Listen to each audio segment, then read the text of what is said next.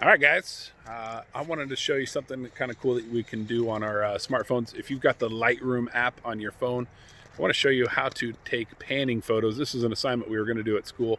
Not sure if we'll have time to do it. So when we go back to school, so I want to show you how we can use the Lightroom app and our phones to take panning photos, which is kind of a cool effect that you may have seen before. This is kind of what panning photos look like right here.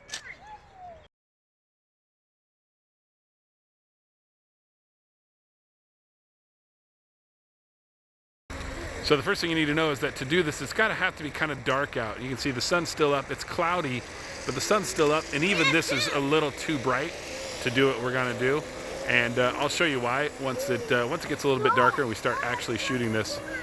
I'll show you why it has to be a little bit darker. But wait till maybe the sun has just gone down, so it's just gone down below the horizon. There will still be enough light out, and you'll still be able to get a good shot. But we can't do this while it's bright outside.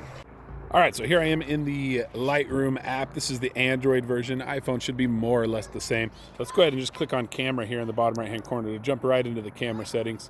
A couple of things we want to set up first is make sure up here at the top of the screen where it says DNG, you want to be on DNG and not on JPEG. DNG is Adobe's version of RAW files, and RAW is always better than shooting in JPEG.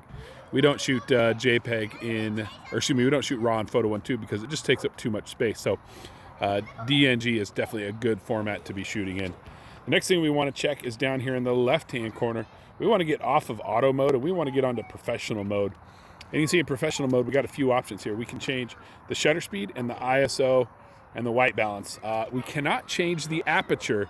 Most cell phones have a fixed aperture, and it's a very wide open aperture, usually around f1.4 or something like that. So because of that wide open aperture lets in a ton of light. And for shooting panning photos, we're going to be using a relatively slow shutter speed. And that's why I said we need to wait until it's darker out to do it. Otherwise, our photos are going to come out way, way too bright. So we're going to set our ISO. We're going to take that off of auto, and we're going to get that as low as it goes. So it goes down to 50. So 50 is where we'll put it at. And we're going to take our shutter speed, and we want to be shooting at about 1/30. And once it gets dark enough that you can shoot at an ISO of 50 and a shutter speed of 1/30, you're good to go. And we're pretty close to that, so we will pick this video up when we get to there. So you can see I'm at 1/30 at ISO 50. Here's my two daughters. You can see this is still way too bright, so that means it's too bright outside. So we're going to wait just a little bit longer for the exposure on these guys to look more normal, because as of right now, there's no way I can make this darker unless I choose a faster shutter speed. I could crank up my shutter speed, and that would get the darkness or get the exposure down a little bit. But we need that shutter speed of about 1/30 is a great spot to be. So I'm going to put that back to 1/30, and then I'll just keep checking. And when that looks good, then I'll know it's time to shoot this assignment. Okay, it's dark enough now. We're going to try and get a good panning photo of my dog here as she runs across the street. And there's my other dog. So the key to panning is to make sure your camera or your phone follows the subject at the same speed the subject is running. Let me show you what I'm talking about here. Okay, go ahead, guys.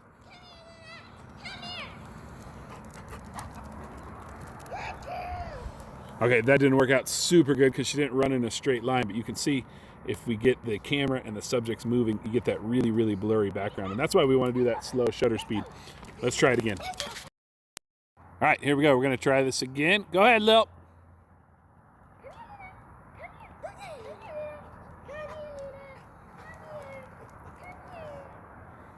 All right, that turned out a little bit better. It was a little bit hard because she didn't quite go in a straight line. She wasn't sure where to go. She kind of ran towards me and then ran towards across the street. Let's try it one more time, but we'll try it with a kid this time.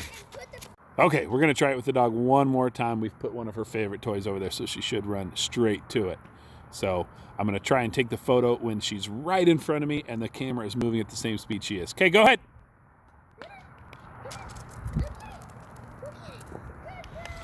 There we go. Notice too how I keep following. You can't just take the photo and stop. You got to keep following your subject all the way through. But try to take that photo when it's right in front of you, and feel free to play around with this. You can do this a lot of different ways. You don't have to have a dog or somebody running. It could be somebody on a bike or on a skateboard, or the camera could even be on a skateboard, and the skateboard could be moving, and that's how you could get that panning look. Lots of different ways to do it, but this is one of the ways you can create panning photos using your Lightroom and your smartphone. Okay, I want to show you how to get one more type of panning photo. Same shutter speeds and everything, only this time we're going to be the thing that's moving. And we're just going to take photos. Obviously, be very, very safe when you do something like this. But you could just be cruising around. You could be on a skateboard. You could be the passenger in a car and do something like this. And you get that kind of look. See how that background's got that blurred to it. And the faster you're going, the more blurred that background is going to be. And you can also play around with different shutter speeds. If you're going real fast, you can shoot at 1/60 or 1/80. Or if you're going real slow, you can shoot at slower shutter speeds. Although the slower the shutter speed, the more camera shake you're going to get. So, all right, guys, there you go. That's how we take panning photos with our smartphone using the Lightroom app and a slow shutter speed. Get creative with this. Go out and have some fun and see what kind of stuff you can't come up with. I'm excited to see it.